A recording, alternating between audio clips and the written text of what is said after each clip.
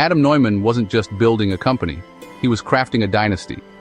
He famously declared his family would run WeWork for 300 years. His vision was seductive, a global community where work and life merged, powered by beautifully designed spaces.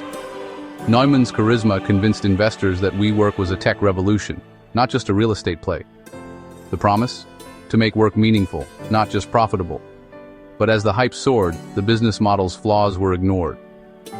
In less than a decade, the dream unraveled. Financial mismanagement and scandals toppled the empire.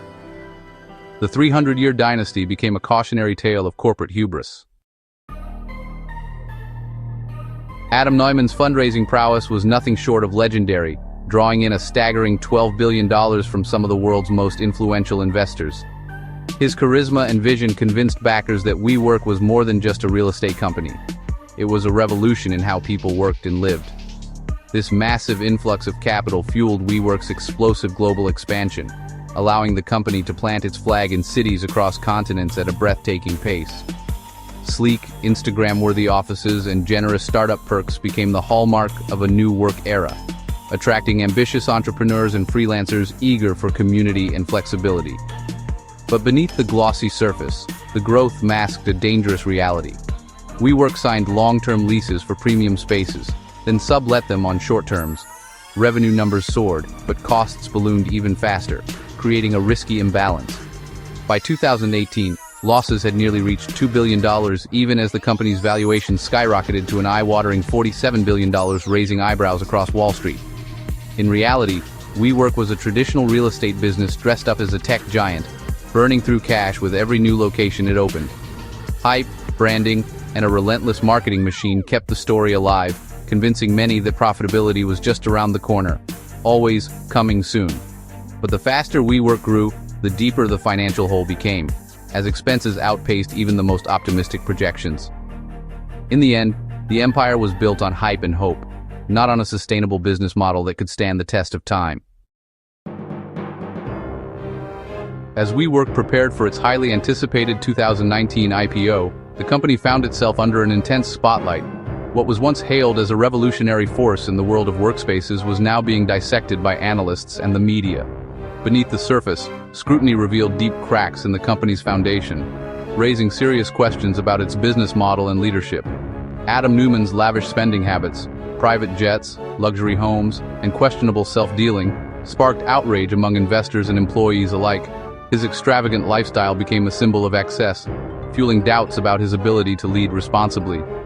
In a controversial move, Neumann trademarked the word "we" and charged his own company millions for its use. The backlash was swift and fierce, forcing him to reverse the decision, but the damage to his reputation was already done. Conflicts of interest, questionable governance, and a toxic, party-fueled culture began to shatter WeWork's carefully crafted image. Stories of wild office parties and mounting stress among employees painted a troubling picture. Investors, once eager to buy into the vision, balked at the mounting losses and governance chaos. The company's $47 billion valuation collapsed to under $8 billion almost overnight, sending shockwaves through the tech world. The IPO failed spectacularly. Neumann was ousted from his own company, and the dream that had captivated so many ended in dramatic fashion, leaving employees and investors reeling. The company, once a celebrated unicorn and darling of Silicon Valley, became a mere shadow of its former self, its offices empty and its future uncertain. The myth of the visionary founder was shattered, replaced by a harsh reality of mismanagement and broken promises. WeWork's fall was swift, brutal, and a cautionary tale for the entire startup world.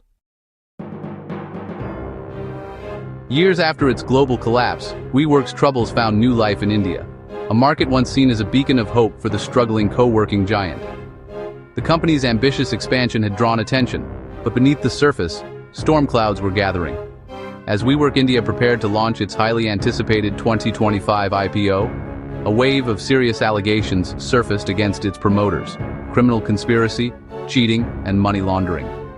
The news sent shockwaves through the business community and rattled investor confidence. A court petition accused the company of hiding key criminal charges in its IPO prospectus, raising questions about transparency and corporate governance at the highest levels. The financial picture was equally troubling: negative net worth, mounting losses year after year, and a one-time tax credit that only served to mask the company's true performance. Investors began to worry about the sustainability of the business. Even more concerning, the IPO proceeds wouldn't be used to strengthen WeWork India's operations. Instead, the funds would go directly to selling shareholders, leaving the company's future in doubt. Over half of the promoters' shares were pledged as collateral for loans, putting their control of the company at risk if the IPO failed to deliver. This added another layer of uncertainty to an already precarious situation. With mounting legal troubles and risky finances, WeWork India's IPO quickly became another cautionary tale for investors, echoing the company's earlier missteps on the global stage. The ghosts of WeWork's past proved hard to shake, casting a long shadow over its future in India, and leaving many to wonder if the brand could ever truly recover. WeWork's rise and fall is a lesson in the dangers of hype over substance. Billions were poured into a vision, while fundamentals were ignored. Neumann's unchecked power and board failures exposed deep flaws in startup governance. The saga forced a reckoning about founder responsibility and accountability. Even after restructuring, WeWork's name remained mired in legal drama, like the $77 million stock fraud by Jonathan Larmore. The damage rippled far beyond the company, shaking investor trust. WeWork's dream ended as a global legal nightmare, a symbol of squandered potential and unchecked ambition. For more real stories behind the headlines, subscribe to our channel.